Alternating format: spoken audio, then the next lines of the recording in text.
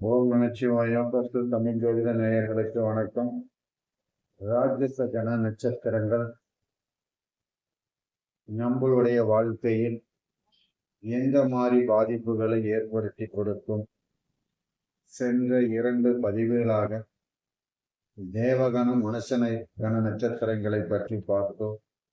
இப்பொழுது ராஜச கண நட்சத்திரங்கள் கிருத்திகை, ஆயில்யம், மகம், சித்திரை, விசாகம், கேட்டை, மூலம், அவிட்டம், சதயம் இவை அனைத்தும் ராஜச கண நட்சத்திரங்கள்.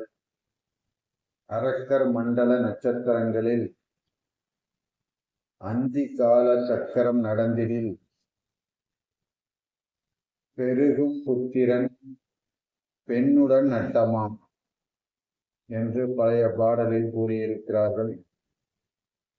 அப்ப ராஜசகன நட்சத்திரங்களில் இருந்து ஒரு கிரகம் திசை நடத்தும் பொழுது புத்திரர் வகையிலும் பெண்களாலும் அந்த ஜாதகருக்கு நஷ்டம், பொருளாதார இழப்புகள், நோய் நொடி தாக்கங்கள் இவையெல்லாம் அந்த ஜாதகர் சந்திக்கும் சூழ்நிலையை உருவாகும்.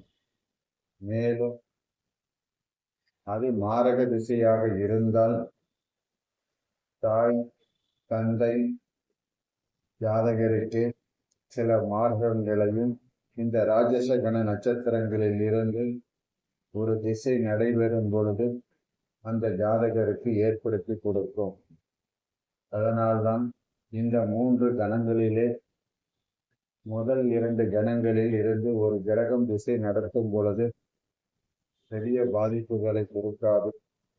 ஆனால் ராஜச கண நட்சத்திரங்களில் இருந்து ஒரு கிரகம் திசை நடத்தும் பொழுது கண்டிப்பாக நோய் நொடி தாக்கத்திலோ அல்லது பொருளாதார இழப்பையோ அந்த ஜாதகர் நிச்சயம் சந்திப்பார். என் இனிய தமிழ் ஜோதிட நேயர்களே, என்னுடைய சேனலை சப்ஸ்கிரைப் செய்து கொண்டு பார்க்கவும். மீண்டும் உங்களை நல்லதொரு பதிவில் சந்திக்கிறேன். நன்றி, வணக்கம்.